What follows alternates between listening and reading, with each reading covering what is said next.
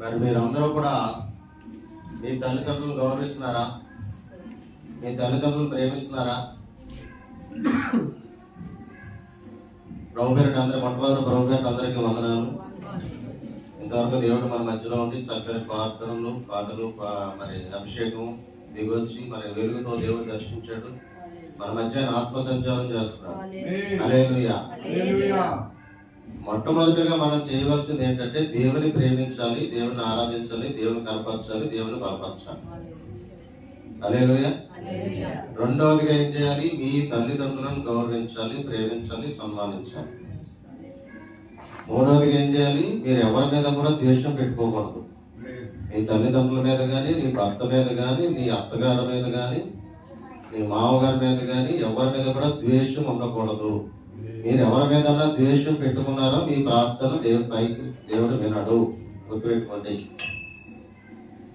మీరు ద్వేషం కలిగి ఉన్నారా? నీ భర్త మీద కానీ, నీ అత్తగారి మీద కానీ, నీ మామగారి మీద కానీ, నీ తల్లిదండ్రుల పట్ల కానీ, నీ అన్నదమ్ముల పట్ల కానీ, నీ అక్కచెల్లుల పట్ల కానీ, నీ రక్త సంబంధికుల పట్ల కానీ ద్వేషం అనేది ఉండకూడదు.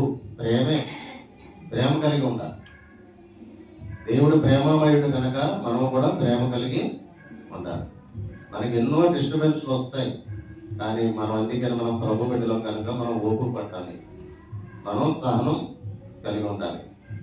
మనము అనకూడదు, అనిపించుకున్నా పర్వాలేదు. ఎవరైనా మనం అంటే పడండి, అది మంచిదే, కానీ మనం అనొద్దు, అనకూడదు. ఎవరిని కూడా మనం ఏమి అనొద్దు. అంటే నోరు ఊరుకోదు. ఈ నోరు ఊరుకోదు కదా, తట్టుకోలేరు కదా, అనేస్తూ ఉంటారు. కానీ పడ్డవాడు చెడ్డవాడు కాదంట. ఆ సంగతి తెలుసు నీకు? పడ్డవాడు చెడ్డవాడు కాదు.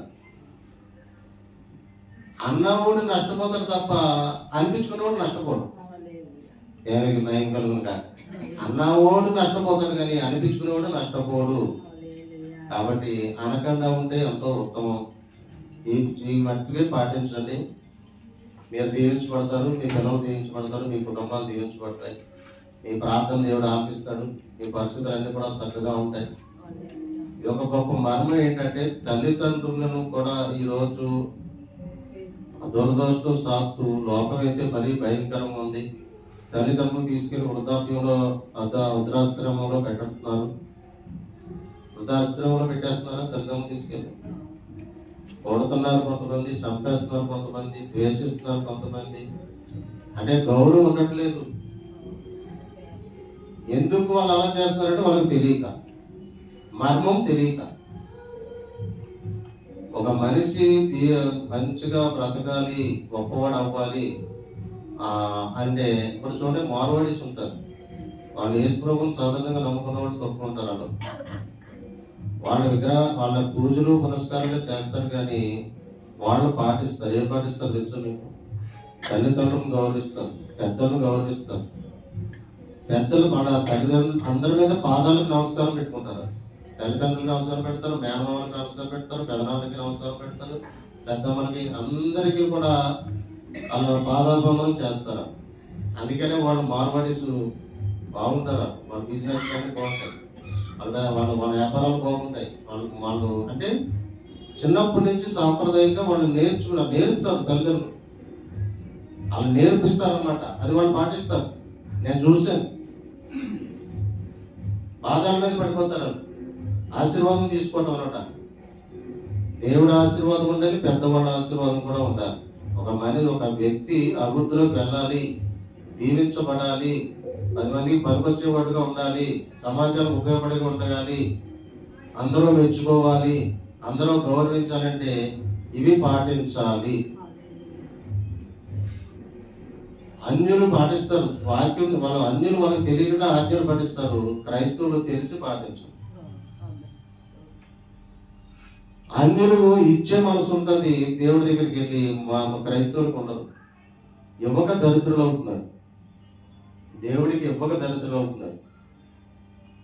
ఇచ్చేప్పుడు దేవుడు మహాకృపడి ఈ రోజు ఇక్కడ సేవకుడిగా నిలబడ్డానంటే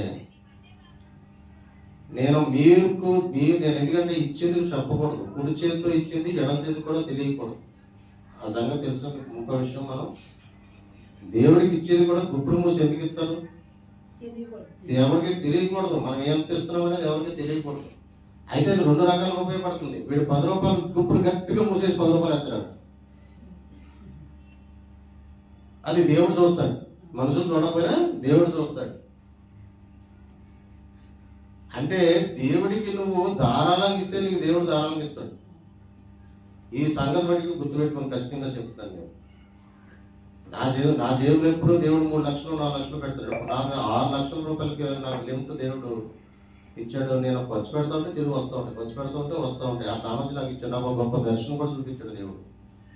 పెద్ద హాలు జనం కిక్కిరిసిపోయారు, నేను నిలబడి వాక్యం చెప్తున్నట్టుగా దేవుడు చూపించాడు. అంటే మనం ఎస్టాబ్లిష్, మన సంఘ సరిహద్దులు విశాలపరచబోతున్నాడు దేవుడు, ఎస్టాబ్లిష్ చేయబోతున్నాడు. మనం ఎక్కడికి వెళ్తామో మన దేవుడు ఎక్కడ తీసుకెళ్ళి పెడతామో తెలియదు. ఒక గొప్ప హాల్ మనకు ఇవ్వబోతున్నాడు దేవుడు. హల్లెలూయా. కాబట్టి అది చాలా జాగ్రత్తగా మీరు మనం, ఎందుకంటే మనం దేవుడు బిడ్డలం కాబట్టి మనం సంపన్నులుగా ఉండాలి. 10 మందిని పోషించే వాళ్ళుగా ఉండాలి. 10 మందికి మనం ఉపయోగకరంగా ఉండాలంటే మనం ముందుగా దేవుడికి ఇవ్వండి, పెట్టుబడి పెట్టండి దేవుడి దగ్గర. మీరు ఇచ్చింది మీకు మళ్ళీ తిరిగి వచ్చేస్తుంది. మీకు దేవుడికి ఇచ్చింది మీకు మళ్ళీ తిరిగి వచ్చేస్తుంది మీకు. ఆయన అన్యాయస్తుడు కాదు, రుణస్తుడు కాదు. ఆయన ఉంచుకోడు, దేవుడు ఉంచుకోడు. నువ్వు ఒక పెద్ద మనిషి దగ్గరికి వెళ్ళి మనము ఆయనకి ఏదైనా సహాయం చేస్తే ఆయన మర్చిపోడు, తెలుసు. దానికి రెట్టింపు సాయం చేస్తాడు మనకి పెద్ద మనిషి. మరి దేవుడు ఇంకెంత చేస్తాడు ఒకసారి గుర్తుపెట్టుకోండి. అందరికంటే పెద్దోడు, అందరికంటే బలవంతుడు, గొప్పవాడు, మనల్ని కన్నవాడు. మరి ఇంకా ఆయన ఎంత చేస్తాడు, ఎంత గొప్ప సాయం చేస్తాడు. అందుకని ఈ విషయాలు బట్టి మనం ఎప్పటికీ కూడా గుర్తుపెట్టుకోవాలి. చూడండి, కీర్తన 89:48 మరణమును చూడక బ్రతుకు నరుడెవడు, పాతాళం యొక్క వశము కాకుండా తన్ను తాను తప్పించుకొనగలవాడెవడు.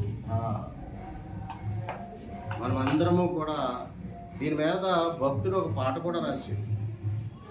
మరణము రుచి చూడక బ్రతికిన నరుడెవడు, కలకాలని లోకములో స్థిరుడైన వాడెవడు.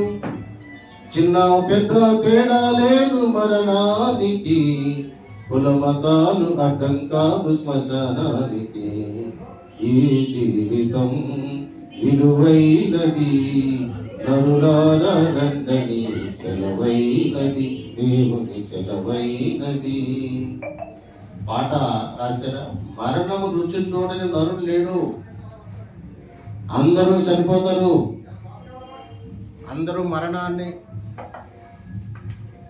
అందరూ చనిపోతారు. ఎవరు కూడా ఈ భూలోకంలో శాశ్వతంగా ఉండేవాళ్ళు ఎవరు లేరు. అందరము కూడా మరణించవలసిన వారై ఉన్నాము, దేవుడి సన్నిధికి చేరుకోవలసిన వారు. అయితే అక్కడ ఇంకో మాట ఏమంటాడు?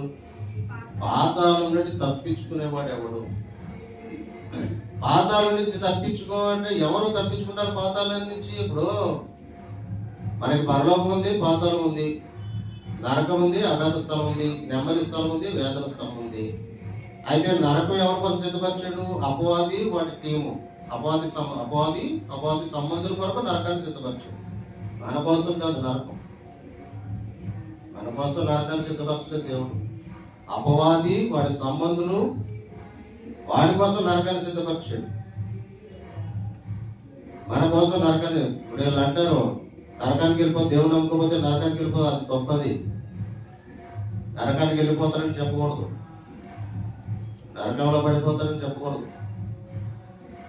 అది అపవాది సంబంధులకి వాడికి సిద్ధపరిచాడు నరకం, మనకు కాదు.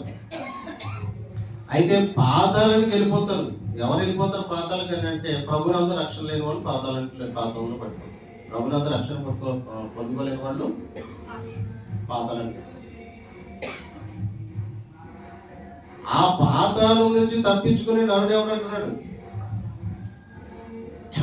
పాతాళం నుంచి తప్పించుకునే నరుడు ఎవరంటే మనమే.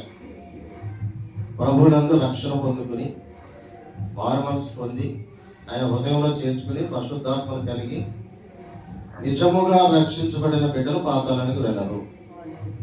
వాళ్ళని దేవుడు పరిశుద్ధంగా జీవింపజేసి పరలోకానికి చేర్చుకుంటాడు. హల్లెలూయా. మనమందరము పరలోకానికి సిద్ధపడదుము గాక. ఎవరంటే వాళ్ళు నీతిమంతులు, అంటే వాళ్ళు దేవుడిని నమ్మిన వారు. మరి నీతిమంతులు ఎవరైనా? నీతిమంతులు అంటే దేవుడిని నమ్మిన వాడు. యేసు ప్రభు దేవుడు అని ఒప్పుకొని ఆయనే దేవుడు అని ఎవరైతే ఒప్పుకుంటారో వాళ్ళందరూ కూడా నీతిమంతులు.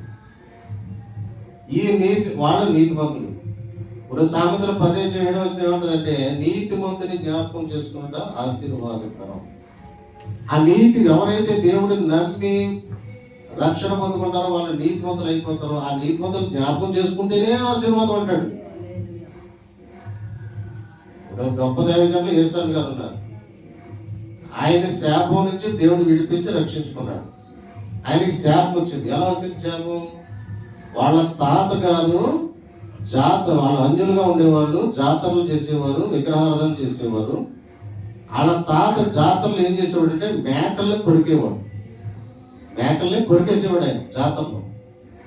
ఎలా కొరుకుతారంటే వాళ్ళు ఘనాసారిగా ఉంటారు. వాళ్ళు అక్కడ డబ్బులు కొట్టినప్పుడు ఏమవుతారంటే వాళ్ళకి ఒక బలం, తెలియని బలం వచ్చేస్తుంది. వాళ్ళ మీదకి ఒక శక్తి ఆవహించుకుంటారు. దేవతా శక్తి వాళ్ళ మీదకి ఆవహించుకుంటారు. ఆవహించుకున్నప్పుడు ఏం చేస్తారు? వాళ్ళు మేకను కొరికేస్తారు. మేకను కొరకడం అంటే మాటల మనుషులు కొరకగలరా? కోడినే కొరకలేదు, మనం కోడినే కొరకలేదు. మేకను కొరికేసి ఇవ్వడండి ఆయన. అది శాపం అయ్యింది. యేసయ్య గారికి వచ్చింది. యేసయ్య గారు రక్తం కక్కేసుకునేవాడంట. ఎక్కడ పడతాడ రక్తం. ఇంట్లోంచి బయటకు వచ్చేసాడు. ఏది గుర్తుండేది కాదంట. వాళ్ళ అమ్మత్వాన్ని రోజు తిట్టేదంట. బయటకు వెళ్ళి గొడవ పెట్టుకొచ్చేవాడంట. రోజు ఎవరొకరు వచ్చి కంప్లైంట్ ఇచ్చేవారంట. మరి నువ్వు సావరా, నువ్వు బతికేం ప్రయోజనం తిట్టేదంట వాళ్ళ అమ్మ. నీతో నాకు చాలా తలపడి వచ్చాను, చాలా బాధ పెట్టేవాడంట వాళ్ళ అమ్మని. ఏది గుర్తుండేది కాదు. వాళ్ళ అమ్మ ఏం చేసింది? ఇంట్లోంచి మరి వాళ్ళ అమ్మాయి ఆయనే బయటకు వచ్చాడు. ఎలా వచ్చి మొత్తం మీద రోడ్డు మీద పడిపోయాడు. ఆయన ఇంటికి వెళ్ళేవాడు కాదు. ఆ రోడ్డు మీద పడిపోయి మాసిపోయిన బట్టలు సిరుగు ఒక అడుక్కుని పిల్లవాళ్ళకి తయారైపోయి అన్నం లేక ఆ అన్నం ఇస్తర్లో తినేసిన ఇస్తర్లో పెంట మీద వేస్తారు కదా, ఆ ఇస్తర్లకి దగ్గరికి వెళ్ళి ఆ అన్నం మీద ఆకలి తట్టుకోలేక అన్నం తినేవాడంట. రక్తం కక్కేసుకునేవాడంట. అంటే అది శాపం. ప్రజలందరూ ఏమనుకునేవారంట? వాడి కర్మ, మనం ఏం చేస్తాం అనుకునేవారు. అలాంటి ఆయన ఒకరోజు ప్రార్థన జరుగుతుంటే ఆ ప్రార్థన దగ్గరికి వెళ్ళాడు. ఆ ప్రార్థనలో కూర్చున్నాడు. ఆ పాస్టర్ గారు వాక్యం చెప్పేసాడు. అయిపోయిన తర్వాత అమ్మ ప్రార్థన అయిపోయింది, వెళ్ళిపోవాలి. ఈయన ఎలా ఉన్నాడు? ఈయన అవతారం ఎలా ఉంది? యేసయ్య గారు అవతారం రోడ్డు మీద అడుక్కునే వాళ్ళు ఉంటారు కదా, అలా ఉంది. వెళ్ళిపోమ్మా ప్రార్థన అయిపోతే పంపించేసాడు పాస్టర్ గారు. ఆ ప్రార్థనలో కూర్చున్న యేసయ్య గారిని ప్రార్థించి బయటికి వెళ్ళి నడుస్తూ ఉంటే ఒక గొప్ప వెలుగు ఆయన మీద పడింది.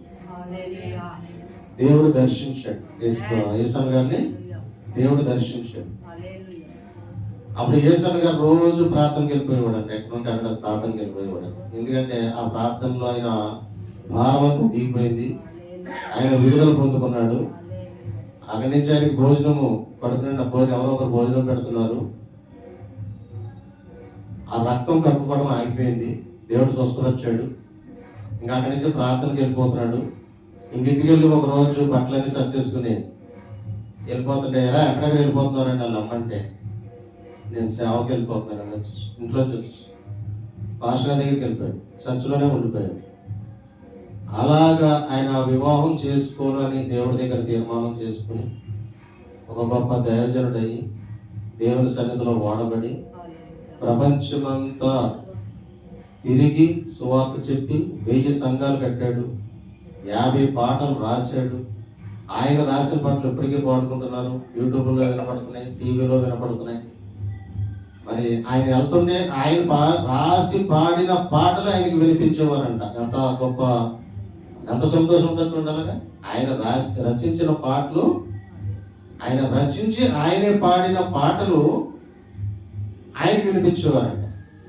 ఆయన చదువు కూడా ఎంతంటే 7th క్లాసు 6th క్లాసు చదువుకున్నాడు. గొప్ప చదువు కూడా కాదు. అలాంటి ఆయన దేవుడు దర్శనం పొందుకుని, దేవుడు జ్ఞానం పొందుకుని, అభిషేకం పొందుకుని, ఆత్మను పొందుకుని గొప్పగా వాడబడి పాటలు రాసి ఈరోజు కొన్ని వేల కోట్ల రూపాయలు ఉన్నాయి ఆ మినిస్ట్రీలో. యేసయ్య గారు స్థాపించిన మినిస్ట్రీలో కొన్ని వేల కోట్ల రూపాయలు వదిలేసి ప్రభునందు నిద్రించాడు. ఆయన భార్య పిల్లలు లేరు ఆయనకి.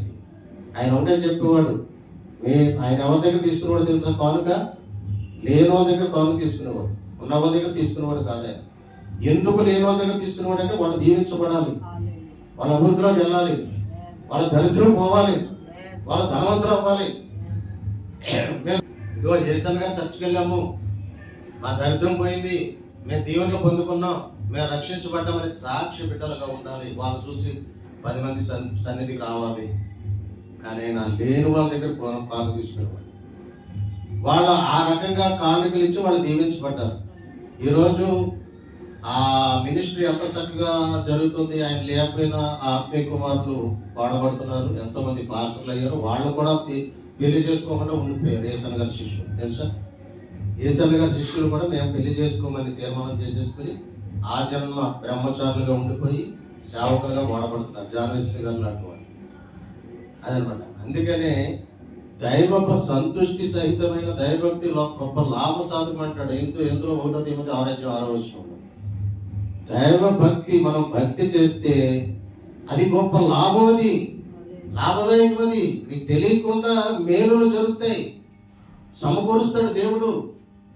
ఇప్పుడు దేవుని ప్రేమించే వారికి అనగా దేవుని ఆయన సంకల్పం చొప్పున పిలువబడిన వారికి మేలు కలుగుటకై సమస్తము సమకూడి జరుగుతున్నదని ఎరుగుదము. దేవుని ప్రేమించే వారిని అనుకు పిలుచుకుంటాడు. పిలుచుకున్న వాళ్ళకి ఆయన ఆత్మనిస్తాడు, ఆయన అభిషేకం ఇస్తాడు, ఆయన జ్ఞానం ఇస్తాడు, ఆయన ఐశ్వర్యం ఇస్తాడు, అన్ని ఇస్తాడేక ఇచ్చి వాళ్ళని తన సన్నిధిలో నిలబెట్టుకున్నాడు. ఉండవలసింది ఏంటంటే పరిశుద్ధంగా ఉండాలి, పవిత్రంగా ఉండాలి. ఇక పాపిష్ట ఆలోచనే రాకూడదు, పాపిష్ట ఆలోచనే రావద్దు. అలాగా మరి వివాహం చేసుకోమని ఎంతో మంది అన్నారు. అయ్యా మేము గొప్ప సేవ చేస్తున్నాం, మేము పెళ్లి చేసుకున్నాం, పిల్లలు కన్నాం, పెళ్లి చేసుకున్నాను. ఎంతో మంది పాస్టర్లు అడిగారు వేసాం గారు, అయ్యా నేను తీర్మానం చేసుకున్నాను దేవుడి దగ్గర, దేవుడు నన్ను రక్షించుకున్నాడు, దేవుడు నాకు ఈ భాగ్యం ఇచ్చాడు, దేవుడు నాకు భోజనం పెట్టాడు, దేవుడు నాకు వస్త్రాలు ఇచ్చాడు, నేను సమర్పించుకున్నాను, నేను తీర్మానం చేసుకున్నాను, నేను వివాహం చేసుకోను అలా ఉండిపోయాడు మహానుభావం. అలాంటి వ్యక్తులను మనం జ్ఞాపకం చేసుకుంటే ఆశీర్వాదం, నీతిమంతుని జ్ఞాపకం చేసుకుంటే ఆశీర్వాదం. ఆ ఫలం మనం పొందుకుంటాం, ఆ ఆశీర్వాదం మనం పొందుకుంటాం, ఆ ఆశీర్వాదం మనం అందరం పొందుకుందాము గాక. హల్లెలూయా. నీతిమంతులకు ఇప్పుడు యోబు అంటాడు, నీతిమంతునికి వచ్చిన మరణం నాకు వచ్చును గాక అంటాడు యోబు. నీతిమంతునికి వచ్చే మరణం, నీతిమంతుడు ఏ మరణం పొందుతాడు? ప్రభువునందు నిద్రపోతాడు నీతిమంతుడు. ఇప్పుడు మరణం 3 రకాలు. ఏంటా 3 రకాలు? ఆధ్యాత్మిక మరణం, శరీర మరణం, శాశ్వతమైనటువంటి మరణం. ఈ ఆధ్యాత్మిక మరణం అంటే ఏంటి? ఆత్మీయంగా పడిపోతాడు, ఆత్మలో చచ్చిపోతాడు, జీవం ఉండదు, సమృద్ధి ఉండదు, దరిద్రుడు అయిపోతాడు. ఆత్మీయంగా పడిపోయాడు. ఎవరు మనకు ఆత్మీయులుగా పడిపోయారు? బైబిల్లో ఏదైనా తోటలో ఏం జరిగింది? ఆదాము అవ్వలు ఏం చేశారు? వాళ్ళు తినొద్దన్న పండు తిని పాపం చేసి ఆత్మీయంగా పడిపోయారు.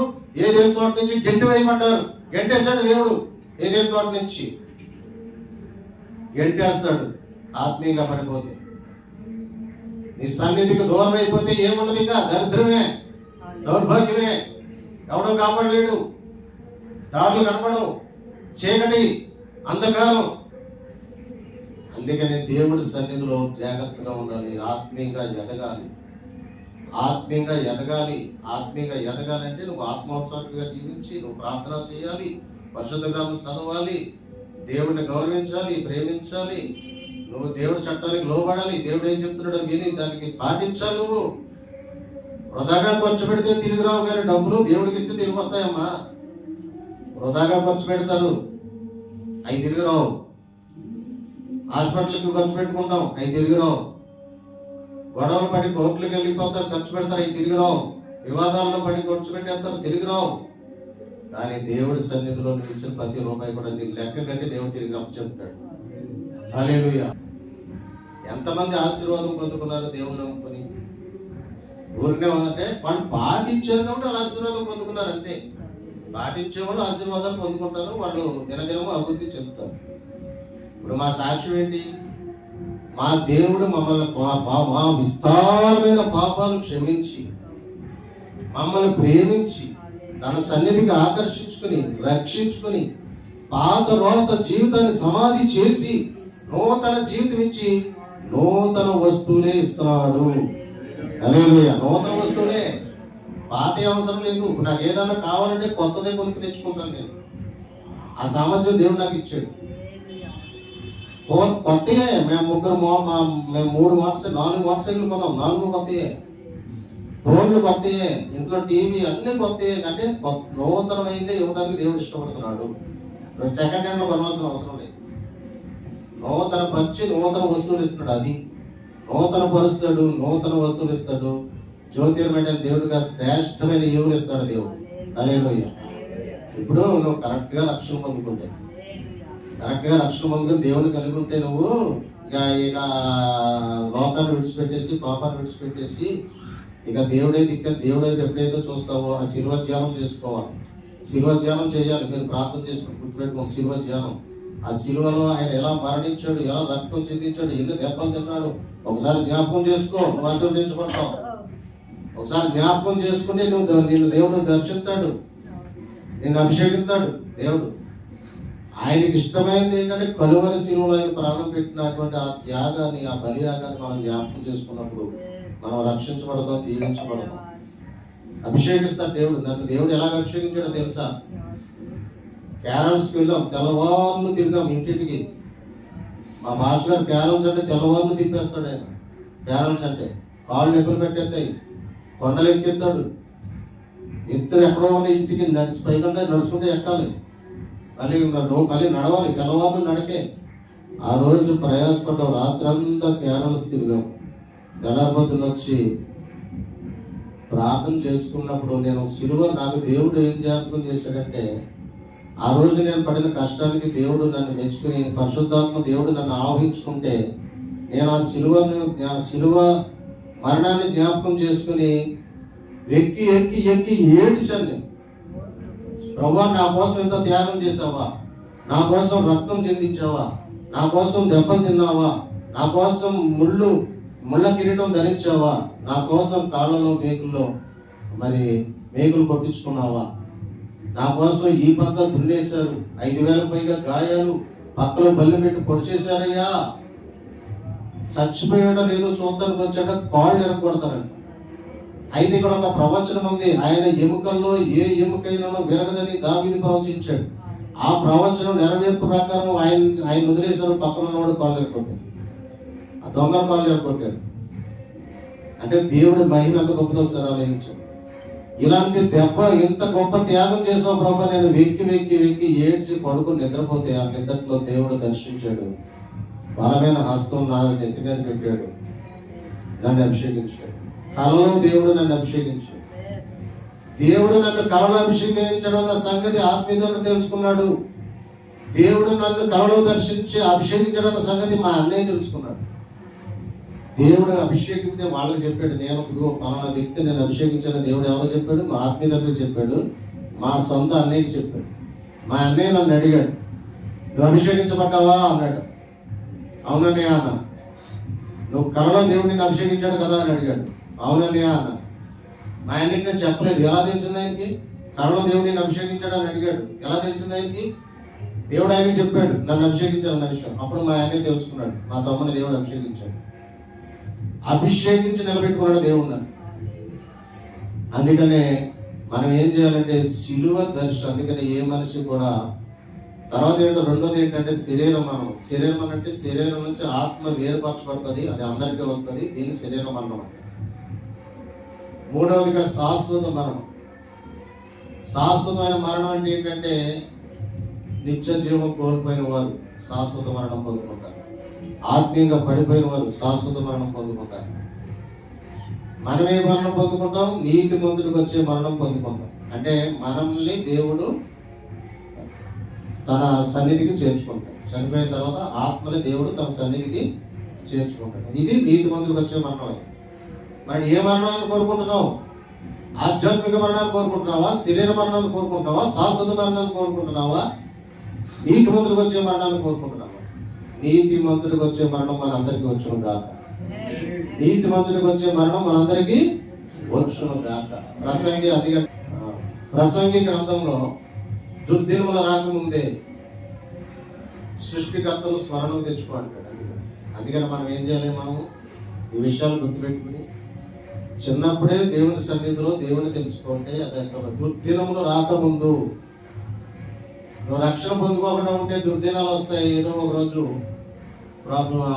మనం గ్యారంటీ లేదు, మనిషి జీవితానికి గ్యారంటీ లేదు.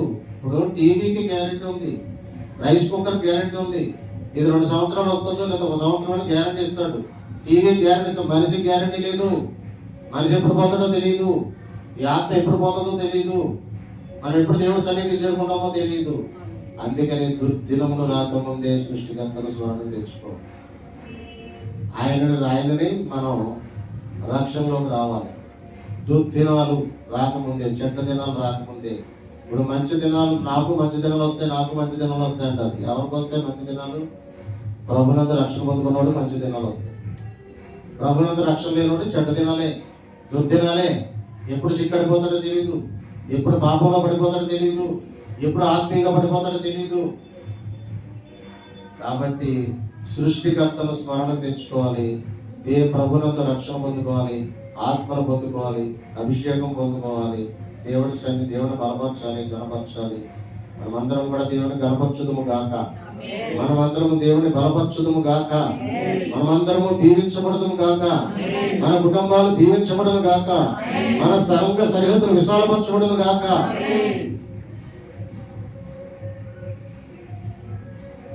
మహాపరిశుద్ధ ప్రేమ స్వరూపి దగ్గర మా దగ్గర స్తోత్రాలైనా ఇంతవరకు మాతో మాట్లాడడం ప్రభావాన్ని స్తోత్రాలు తండ్రి. మరి నీతి మందిని జ్ఞాపకం చేసుకున్నట్టు ఆశీర్వాదకరమని, మరి నీతి మందిరికి వచ్చే మరణం మాకు రావాలని ప్రభావ, మరి దుర్దినాలు రాకముందే సృష్టికర్తను స్మరణ తెచ్చుకోవాలని ఆయన. మరి శరీర మరణం ఉంది, ఆధ్యాత్మిక మరణం ఉంది, శాశ్వత మరణం ఉంది. వాటి పాలు కాకుండా మేము నీతి మందిరికి వచ్చే మరణం పొందుకోవాలి. ఆయన మేము బ్రతుకుంటే రెప్పపాటున లేవాలి, చనిపోతే సమాధిలోంచి లేవాలి. అట్టి కృపను మాకు దయచేయండి. మేమందరము ఆయన ప్రభువును కలిగి ఉండడానికి, రక్షణ పొందుకోవడానికి సహాయం చేయండి. ప్రభు బిడ్డలుగా ఈ లోకంలో జీవించడానికి, చనిపోతే పరలోకం చేరుకోవడానికి, యుగాలు మీతో గడపడానికి సహాయం చేయండి. ఆయన వచ్చిన మమ్మల్ని అందరినీ దీవించి ఆశీర్వదించండి. మీ ఆశీర్వాదంతో, మీ అభిషేకంతో మా గృహాలకు నడిపించండి. మా ప్రభు, మా రక్షకుడు క్రీస్తు యేసు నామములో ప్రార్థిస్తున్నాము తండ్రి. ఆమేన్.